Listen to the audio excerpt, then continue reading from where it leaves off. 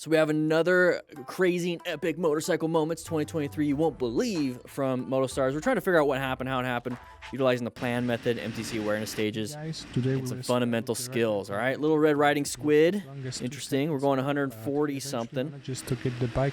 And I'm assuming that's miles per hour. I mean, I've never seen the GPS. It's a 65-mile-an-hour road. We're going 137. I mean, at what point does Google say, hey, this user is going a little crazy? Bike under control. Modular helmets are good. Make sure you wear it as a full face when you're riding. Ooh, a little bit of a speed wobble. Probably hit a bump. Probably hit a road surface hazard. Not good, guys. This is why you don't do that, okay? Ooh, that's a fun little road. Just be careful. You crashed for the first time in 20 years. Okay. Ooh, little chevrons. What do you think could have caused that? Ooh, it's a Ducati. What do you think would have caused that crash? And that's going to be an expensive fix. That's a beautiful looking road. We got chevrons indicating it's a sharp turn-ish, right? Sharp turn-ish. Probably dirt on the road. Probably dirt on the road because if he has the 20 years experience, right? 20 years sport bike riding and many track days. Okay. If he has that experience, he understands the bike pretty well. He understands what he can and can't do. So, I mean, if rider error, let's say rider error is out of the way, external stuff can be the problem, right? So, once again, we're going through here. We're going to be in orange stage, prepped and ready. We're constantly scanning for road surface hazards. And even just the road surface could be terrible, right? Tires are not bald, hopefully not. You know, so we start removing some of these factors of a crash. And typically when we see a low side like this, there's going to be like gravel. Look at the road, it looks terrible. Maybe some oil, possibly. Leaning the bike a little bit too far in that situation. But, you know, sometimes stuff happens.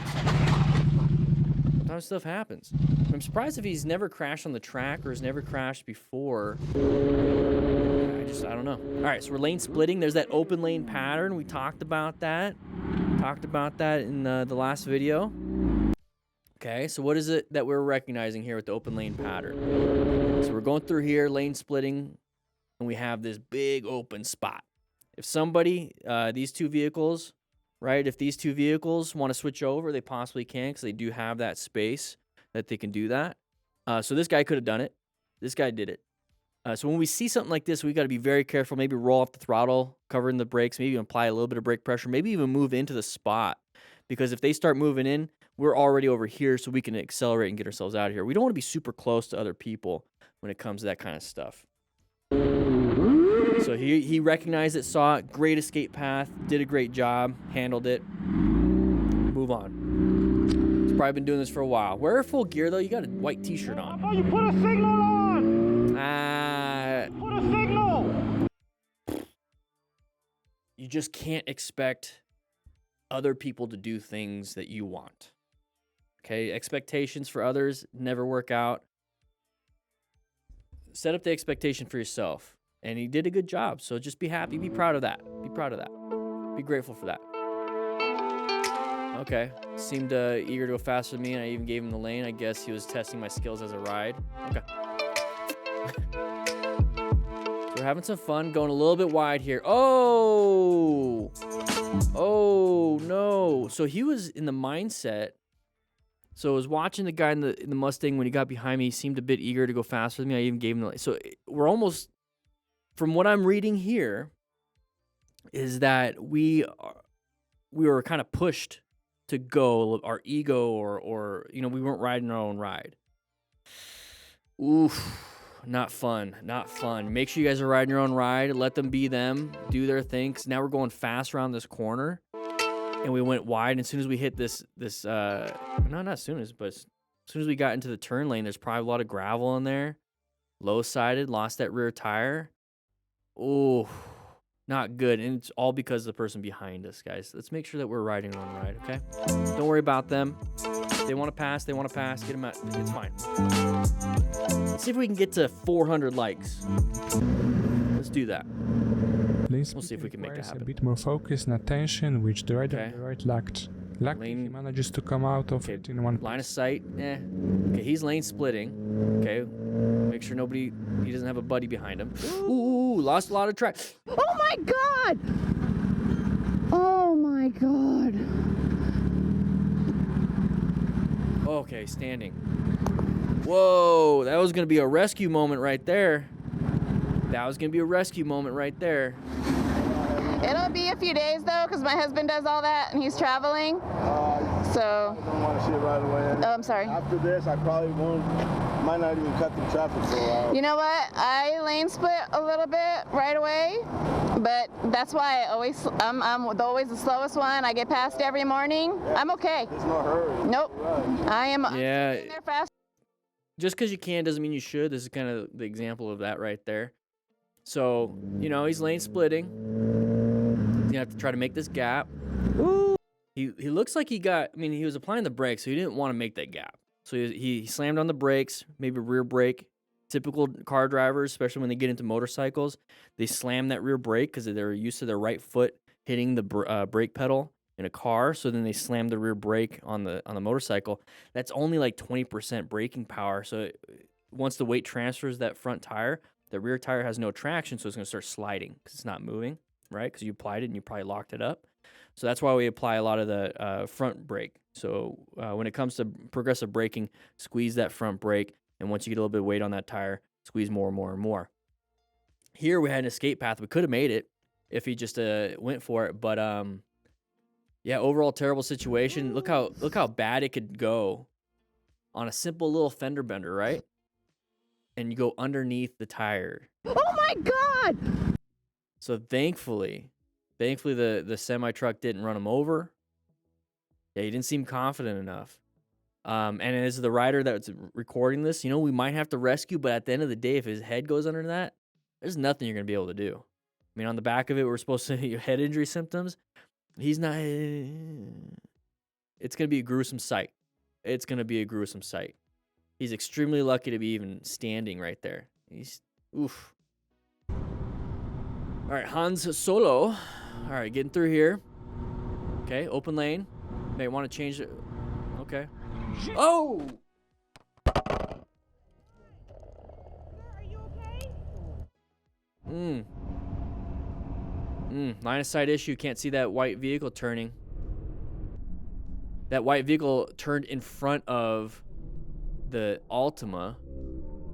So, I mean, like, they barely escaped that. Like, this is one of those situations where it happens even if you're in a car or not. Right? Looks like teenagers. Inexperienced drivers.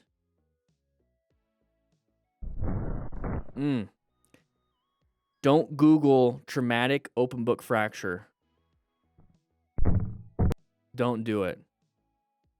Don't do it. Hey Siri, show me pictures of an open book fracture. Just kidding. Hopefully that didn't mess anybody up. Never assume drivers will see you. Exactly, they didn't see. So let's take a look at it. So we're coming into an intersection. We're going to be in orange stage, prepped and ready for things the best we possibly can. Right? Can't see because of line of sight issue. There's the white vehicle. Oof, nothing you could have done. There's no swerve to the left. There's no swerve to the right. This is why we wear gear as best we can, but we're not going to be able to protect our hips, the front part. We're going to hopefully protect our brain with the helmet. There's nothing. There's absolutely nothing this guy could have done. Nothing.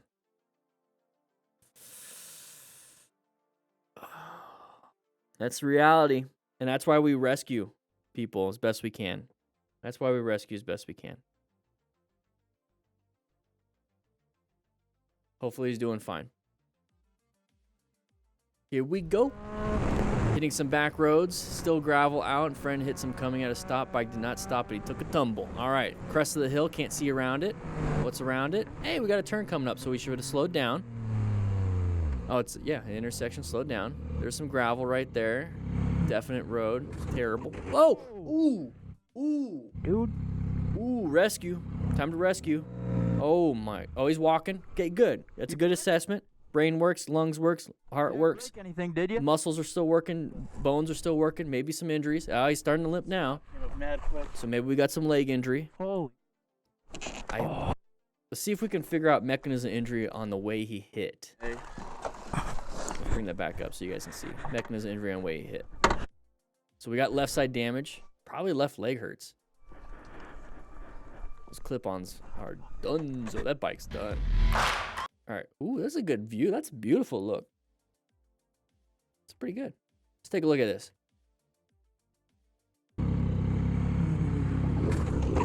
Okay. There we go. Let's see if we can... Oof. So he tried to find an escape to the right. He was going way too fast. And you know why he went too fast? This right here. Accelerating. Looks like an open road, right? But then when you get to the top of the crest of the hill, oh crap. This is why having a Bluetooth system to talk to each other and say, hey, we have this coming up, or having your phone on GPS so you can see that there's an intersection there. But whoever's in front, be like, hey, slow down, slow down, slow down. We got an intersection. You can tell your buddy in the back. We have a link to Cardo's. That's what I use. I use Cardo Blue Pack Talk Edge for my helmets. Link in the description for discounts. I don't know what it's at right now. I think it's like 20, 25% maybe. Go ahead and grab one. Love mine. Amazing. It's an affiliate link. It helps out the channel if you want it. Let's take a look. When he hits this... Ooh-wee.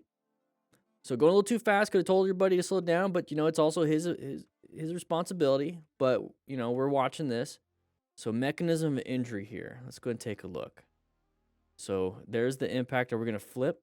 It's going to be a high side. So left leg, left shoulder, and then his head. Yeah, so that's probably where most of the damage is going to be. And if he's tumbling, because I can't see, but if he's tumbling, you're going to have it all over the place. But the biggest impact is going to be on that left side. And it's not to be like, okay, don't look at the right side. Look at the whole body. But you're probably going to recognize that there's going to be much more damage to the left side. And that's really helpful when, for EMS, it's like, okay, his left ribs are pretty damaged. Hopefully he doesn't have a lacerated liver. You know what I mean? But for the most part... it's just a good gee-whiz information. What you want to do is stop any major bleeds. So pack the wound, direct pressure, tourniquet, whatever it is you can. At this point, I'd have him sit down. Just because you don't know if his blood pressure is going to bottom out. And then when your blood pressure bottoms out, your body does what it wants to do to stabilize it, is by knocking you out. So then now you're laying on the ground flat. So now your heart doesn't have to pump, you know, vertically to your brain. It has to pump horizontally, so less pressure. Right? It's trying to, so when somebody has low blood pressure, the body's just going to knock itself out. And you don't want that to happen here, because if he already has a head injury, or if he doesn't, and he gets knocked out because of blood pressure, boop. And you can get that from neurogenic shock. You can get that from internal bleeding, all that stuff. So musculoskeletal system, maybe a little bit damaged. That's pretty standard in a crash. The one thing you don't want to have is organ damage. That includes your brain.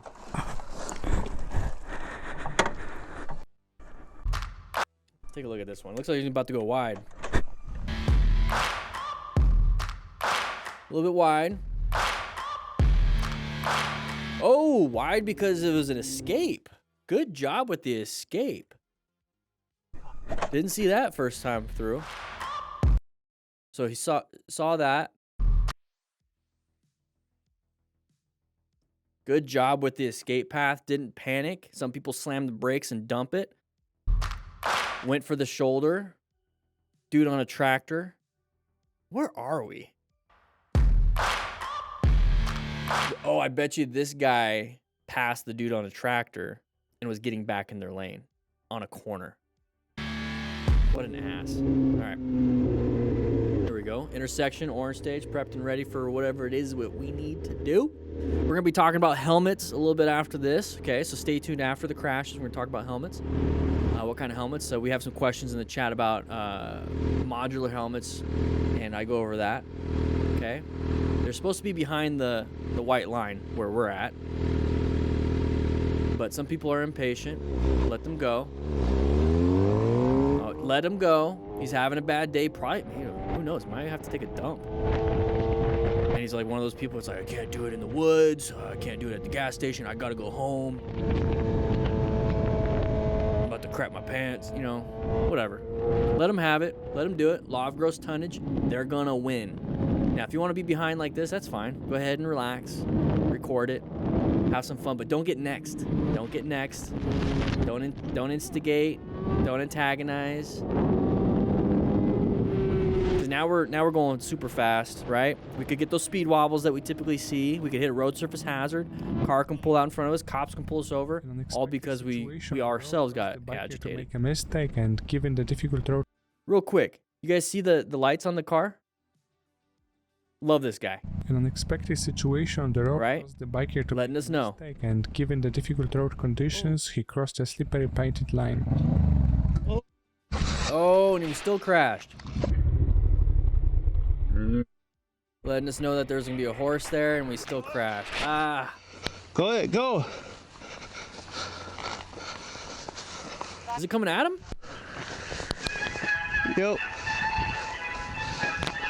Just wants to say hi.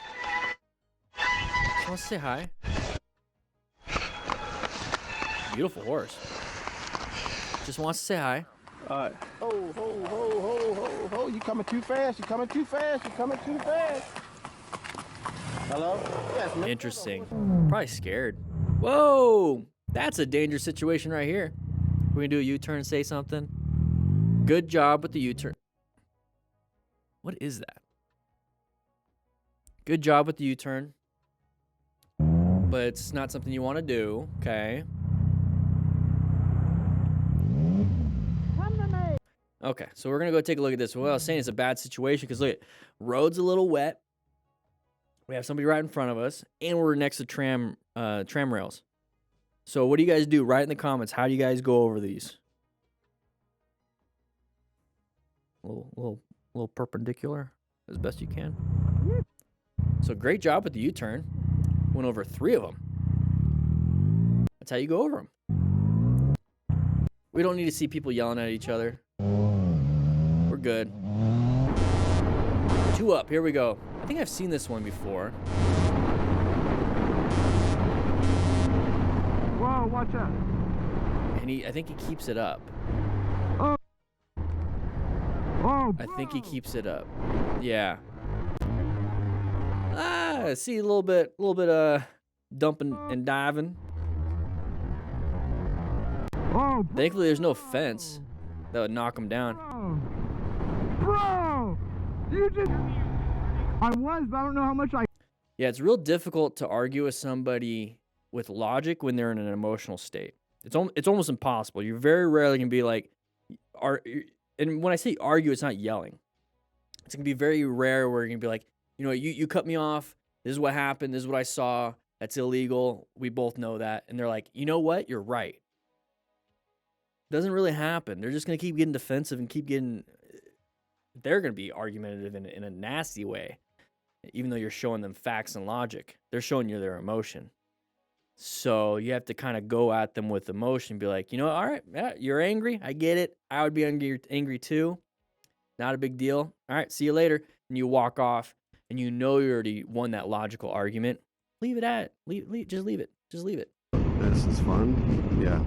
The problem with that, and I get it, okay, the problem with that is that they're going to walk away thinking that they won and then their behavior is fine. No. I mean, yeah, they're going to do that, but here's the thing is that they're going to think their behavior is fine because a stranger did it. When somebody that they truly love and they continue doing that to someone they truly love and then they leave, that's when they're going to learn their lesson. Hopefully, right? Right? But they're not going to learn their lesson from a stranger. They have to learn their lesson from somebody that they actually care about, and they don't care about you. So there's no point. Yeah, that's fun. Okay, handled it. That's why we watch. Yep. All right. Michael motorcycle. Oh, a little bit kind of close to each other. Not a big deal, though. We're kind of stuck behind this truck. A situation occurs in which the driver deliberately tries to ram one of the riders. Okay, we're doing good. Good job with the slow speed. Slow speed turns. Hopefully nobody falls behind or falls down because they're at a weird angle. Good job. So when people say, hey, practice slow speed maneuvers, why? It's like, this is one of those situations that you might have to. You're probably only going 20, 25, but on the turns, you're going like 15, maybe 10. Peter, hey, Peter, thank you for the gifted membership. Gave Hog Rider BC a membership. Appreciate that.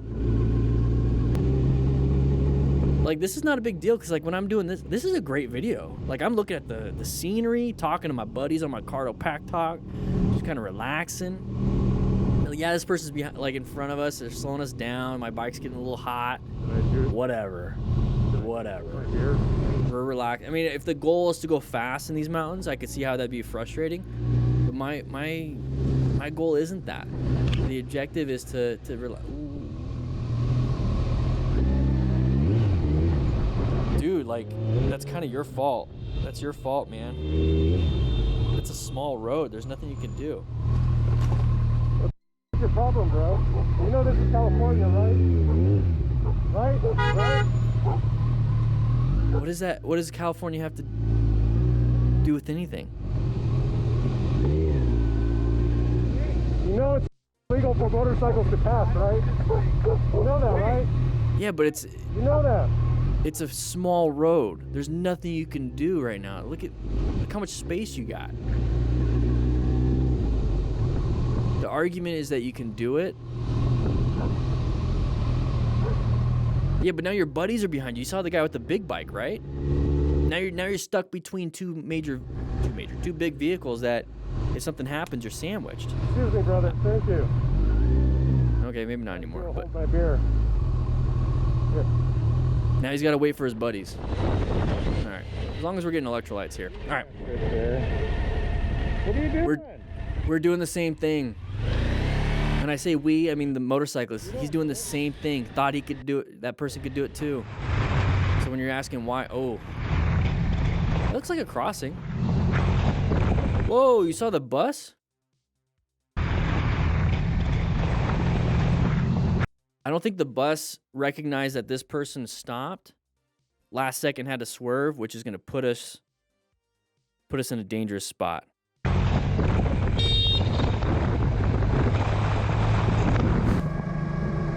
John Mack. Okay, intersections, orange stage, we're prepped and ready for things.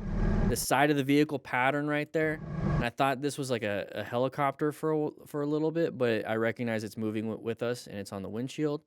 But yeah, side of the vehicle pattern, it's moving. That means it's gonna be a path of travel violation. Right in the comments, if you start recognizing these sides of the vehicles and it's kind of see the hazard before it happens. Like right here, kind of see it, we're intersecting. They're gonna have to be in our lane.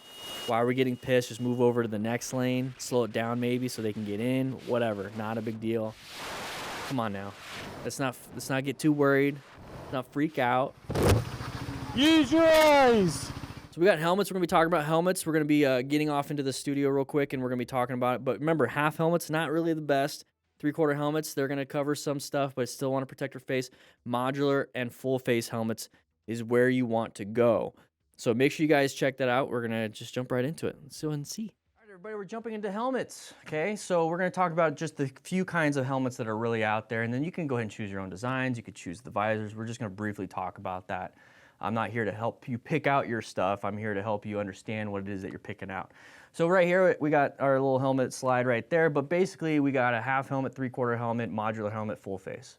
Those are pretty much the standards here. I mean, unless you want to get the Predator helmet and all that stuff, I don't know what that is. But either way, what I'm not gonna do is buy a half helmet. So I don't recommend ever buying one, so I didn't buy one for this. Basically what a half helmet is this, okay? Take a look at what it's protecting. This is the half helmet. Where you see the skin is where it's not protecting. Okay, I can't protect my ears, I can't protect the base of my skull, I can't protect my beard, which is basically your jaw. You can't protect your airway, you can't protect anything in your face, you're gonna get bugs, so you do need to provide your own eye protection. You're basically wearing a hat, which I need to get some more hats. This is an old one. I absolutely love wearing hats. Anyways, don't recommend half helmets, don't even look at them. Okay? 3/4 helmets. I used to wear a 3/4 helmet, and I love 3/4 helmets just because they look cool. It's more retro, lots of fun, so if you're going into something like that, by all means go ahead. But what you're lacking on this is that frontal protection. You're not getting that chin bar, which is going to protect your airway, which a lot of impacts, most impacts happen on your face because we tend to fall forward, boom, right in our face, okay? Here we go, we got a 3/4 helmet. This is from Hedon. This is from the DGR, the 2022, which we're actually raising money for this year, and we're going to be consistently raising money for the Distinguished Gentleman's Ride. But this is a 3/4 helmet. As you can tell, it doesn't protect the face itself. Okay, it's not going to protect all that, but it looks amazing. It looks great. You can get visors. You can actually get face shields, so you can get protection for your face. But for the most part, it's not going to be protective outside of the base of the skull and the top of the skull. So falling back, yeah, it'll protect you. Falling right on top of your head, maybe, but now you got some spinal issues. But your face is very, very important. Okay, so the next thing that we have is going to be a modular helmet. These are Voss helmets. Voss has been an affiliate for this, for Dan and the Fireman for a while. But that's not the whole point. The whole point here is that these are really inexpensive helmets, and they have quite a bit of options. So what we have here, though, is a modular helmet. Okay, it looks like a full face, right? It's because it is in this configuration, but now we have a modular helmet. So you usually have like a little button right at the tippity top. I don't know if you guys can see that, little button right there. What that does is it opens it up for you. Okay, so right now it's a full face. It's locked into place. You lift it up, and now it's a 3/4 helmet. As you can tell, it looks an awful lot like this. So it's a 3/4 helmet into a full face. Do not ride with it like this. Okay, it's not recommended at all, because now you're back to having a 3/4 helmet, and then you also have wind pulling on your head, causing some neck strain. And it's not going to be good in a crash when this hits the ground first and it causes rotation of your neck. So when you're riding, keep it low, keep it down, ride like this. Now the great thing about a modular helmet, though, is that I know there's some of you that are claustrophobic when you have something around your face. When I started as a firefighter, the SCBA mask made me claustrophobic when I first started, got used to it. So it's one of those things where you'll get used to it with a full face. But in the meantime, you could get a modular helmet. You pop up at a stoplight, I'm feeling claustrophobic, pop it out, get some really good fresh air. And then once it turns or gets closer to turning green or you're feeling good, pop it back down. It's also really good when you're stopping at a gas station, pop it up, go inside the gas station, get yourself an energy drink or whatever it is that you want to do, make sure you hydrate. We talked about thermal regulation a little bit. Also, it's just for coaching. It's also nice to have so people can see your face and you can keep your helmet on so you can get back into drills. Highly recommend modular helmets if you're a first-time buyer. You can't really go wrong because now you get 2 helmets. That's 4. You get 2 helmets for the price of 1. And you just got a lot of options. And the cool thing about Voss is they do have their little system, the internal visor system. So you can actually have some stuff like that. Anyways, links in the description. No, this is the course. But yeah, we have links over at DanDanTheFireman YouTube if you really want to check it out. All right, so this is a full face helmet. Okay, this is the one I actually use when I'm riding right now. As you can tell, I got the Cardo Pack-Talk Edge on it. But this right here is one of my first Voss helmets right here. So what I wanted to show you with this is that you can change out the visors. So if you notice, this is a clear visor right here. And then right here we have a smoked visor. I don't know if you can barely see it. It's like sunglasses. Let's go ahead and bring that up. And right here we have a chromatic silver visor. So these things are pretty cool.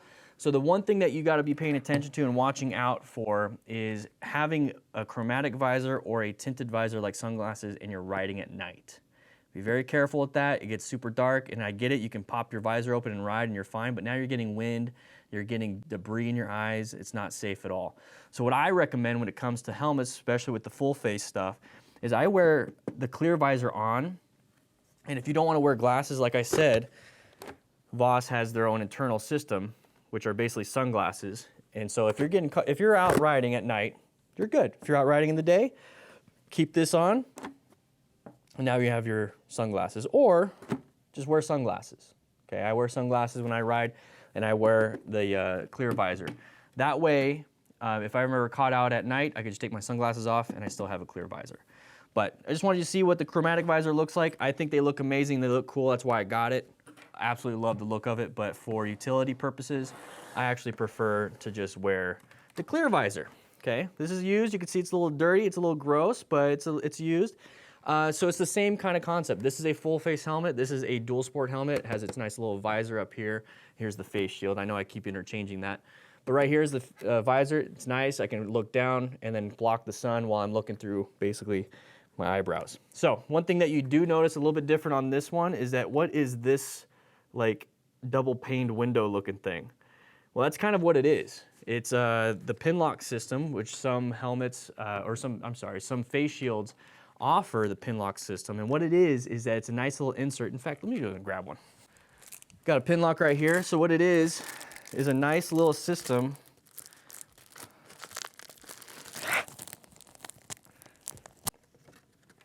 Okay, it's a little bit difficult to see. It's a little bit yellow right there because you got to take off the film of it. What it does is that you insert it into the face shield. You can't really see much, but it's inserted into the face shield and it's creating a thermal barrier so that it prevents fog. Okay, so it's preventing fog from being built up in your view. So when you're out riding, if you ever notice that when you're breathing out of your nose, all of a sudden it fogs up just a little bit and you have to almost keep it cracked a little bit. If you have a pin lock system, you're not going to have to deal with that. It's going to prevent the fogging. It's going to prevent all that stuff. And it's very, very nice. I absolutely love it. I make sure I get helmets with the pin lock ability, the system ability. And you can tell because it's that little thing right there and right there. And that's where, when you insert it, it goes in. Shows you how to do it inside this. Fog resistant lens, very nice. Make sure you get it specific to the helmet. Pin lock makes it for a bunch of helmets. You don't want to just grab any pin lock. Get the pin lock specifically for your helmet. So, to recap, do not get a half helmet. Doesn't protect anything. If you get a 3/4 helmet, it protects at least the back of the skull.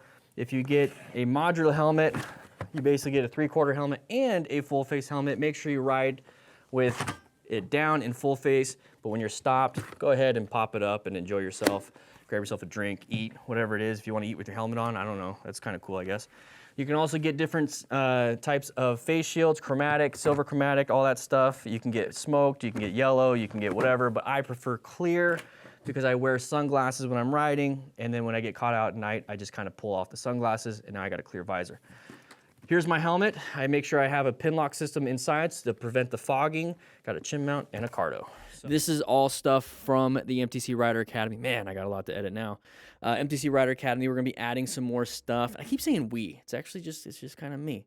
So I'm gonna be adding some more stuff. I have a whole new idea for a book. I'm actually writing out the baseline and all the different chapters, and we're filling them all in. I say we. I'm filling them all in. And yeah, I got a whole new system. I really want to make it to where you can actually learn everything you possibly can from what I can teach you within one weekend, and we're going to work on that. We're going to work on that. So, with that said, you guys ride safe, be safe, and I'll see you guys later.